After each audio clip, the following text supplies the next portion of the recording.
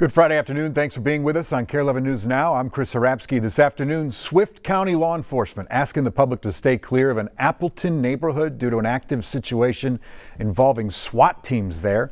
Appleton's about 160 miles west of the Twin Cities. In the past hour, the sheriff's office said deputies are responding to a report of gunshots. It's on the 100 block of Russ Avenue. Authorities say that two suspects are barricading themselves inside of a vehicle. Officials also note that ICE is not involved in the situation. And right now, the Appleton Library officials also say that the mayor has closed all city buildings due to this ongoing threat in the community. Appleton Area Health Hospital says it is on lockdown until further notice. This is a developing situation. We'll stay on top of it, and we'll bring you more as soon as we learn it. Part of this morning's weather impact alert day was due to some intense winds last night. My garbage cans certainly got flung into the backyard with trash all over the place, but it contributed to hundreds of power outages across the area. We're looking at the latest numbers on the Xcel Energy outage map right now. It lists about 2,000 customers still impacted by those outages. Crews are working to bring those numbers down. Back to operations in Iran now. Today, we heard from the Pentagon, giving an update nearly 2 weeks into the fighting across the Middle East. The United States is decimating the radical Iranian regime's military in a way the world has never seen before.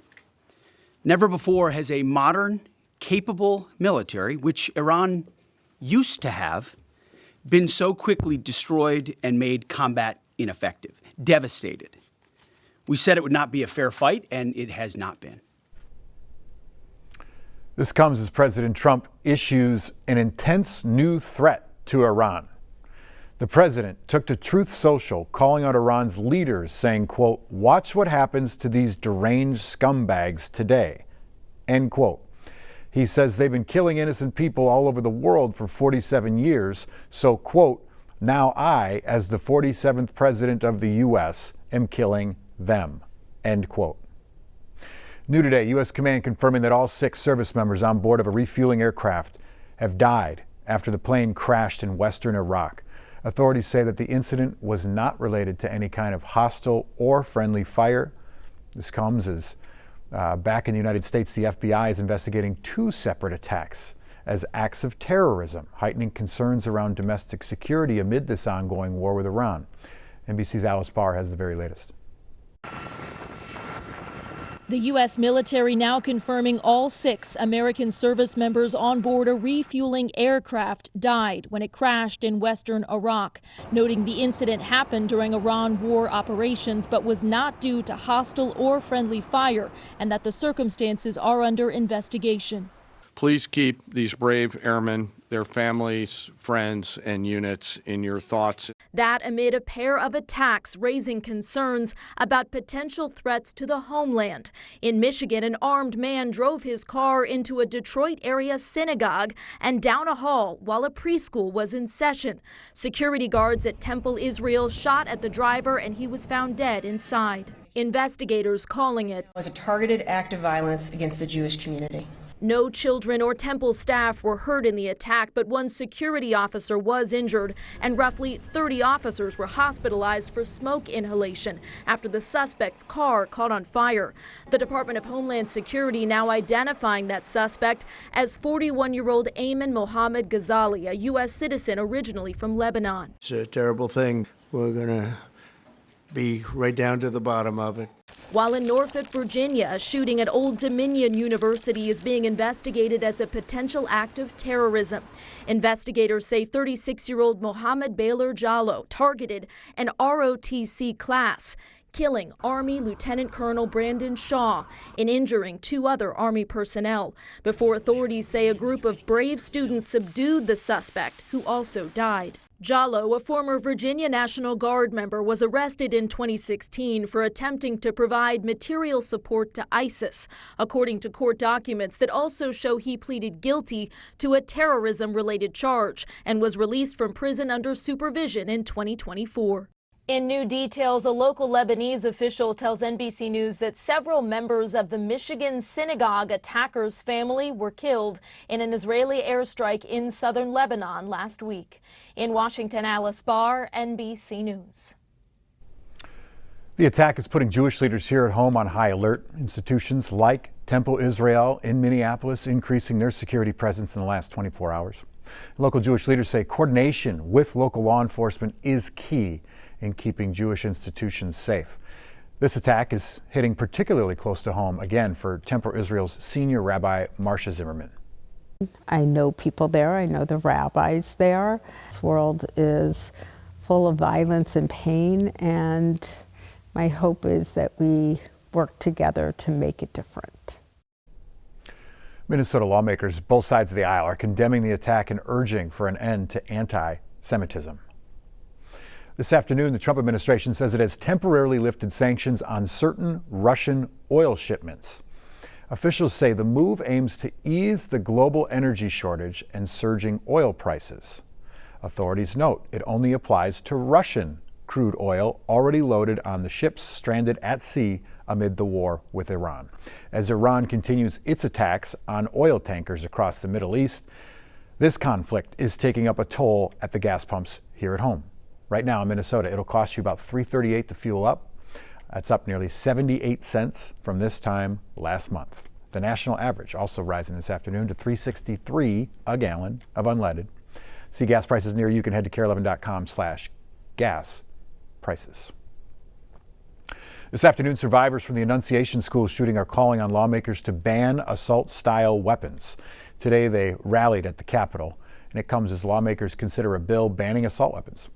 Minneapolis police say that the Annunciation School shooter used an AR-15 style rifle along with a shotgun and pistol that were all purchased legally. My son walked away with no physical wounds, but he still sleeps on our floor. He wakes from nightmares. He tells me he doesn't trust adults because we allowed this to happen. The state legislature is obviously closely divided, particularly on this issue. Nationwide, only 10 states currently ban assault-style weapons, though the definition of that very term varies from state to state. In the last few hours, a former candidate for Hennepin County Commissioner was found guilty in an assault trial. Marissa Simonetti is convicted of 3 misdemeanor charges, including 5th-degree domestic assault. The jury saw these videos showing Simonetti making noise and throwing things, including a live tarantula, toward a woman who rented the basement of the Edina home that Simonetti rented. She's expected to be sentenced in May. This afternoon, a daycare in Savage is cleared to reopen 6 months after a baby died there. The state lifted the suspension at Rocking Horse Ranch Child Care, saying there is no longer an imminent risk of harm. One of their former employees is awaiting trial after police say she admitted to killing Harvey Mucklebust and injuring another child. Araya Katane has the latest developments. A single card and wilted flowers are still sitting outside this daycare in Savage, where 6 months ago baby Harvey lost his life. Our beautiful baby boy, the happiest, smiliest, laughing little light in every room, was murdered. Rocking Horse Ranch has been closed for months after an employee was charged with the murder of 11-month-old Harvey Mucklebust. The state's Department of Children, Youth, and Families now says the daycare can reopen immediately because there are no longer conditions there that present an imminent risk of harm to the health, safety, and rights of children.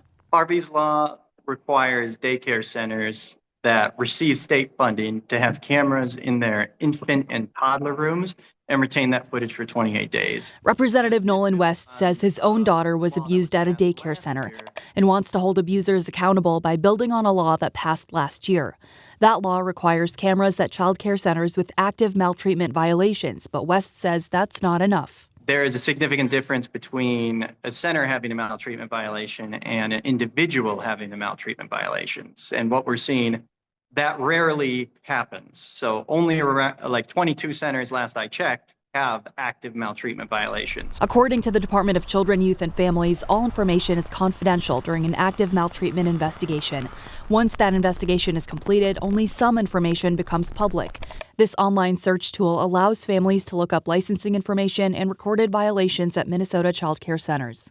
Harvey's parents have testified in support of Harvey's law, but some child care providers are expressing concerns about privacy and security, adding that proper training and supervision would be more effective than constant surveillance. I understand the opposition, but that's why we worked to narrow it as much as possible while still providing safety. Raya Katene reporting there. Some providers have also expressed concerns at the cost of installing these cameras. Representative West says that the law passed last year does include $174,000 of funding that centers can apply for and then use to install cameras at their facilities. Well, the state's largest school district will soon be looking for a new leader after its superintendent says he is stepping down at the end of the school year. Anoka Hennepin Superintendent Corey McIntyre says that he won't renew his contract when it ends in June. McIntyre has been at the helm for 3 years. Earlier this month, he was named a finalist for Wayzata School's superintendent, but ultimately did not get the job. The district has not announced a timeline to hire a replacement. New legislation is tackling the housing affordability crisis with the goal of making home ownership more achievable. Amanda Sansoni is in Washington with a look at how this bill could give hope for homebuyers. A rare bipartisan breakthrough Thursday. The yeas are 89, the nays are 10. The bill as amended is passed. The Senate passing the largest piece of housing affordability legislation in a generation. This is the biggest package of bills to make housing affordable in 30 years. The 21st Century Road to Housing Act includes dozens of provisions intended to increase housing supply and lower prices. This landmark bipartisan bill will help tackle the root cause of this crisis by getting more homes built in every community across this country. Lawmakers say the package aims to spur more construction by encouraging local governments to expand housing development and ease zoning restrictions, removing federal regulatory barriers, banning large investors and Wall Street firms from buying new houses, and expanding manufactured housing, which can often be built faster and at lower cost than traditional homes. Taken together, these reforms represent a common sense approach to housing policy. The bill still faces an uncertain future as it now needs to be reconciled with a similar, slimmer package passed by the House of Representatives last month. While President Trump has signaled support for the legislation, he also said this week he won't sign any new laws until Congress passes voter ID reforms. In Washington, I'm Amanda Sansoni. Stick with us. We got more news and weather coming up after the break.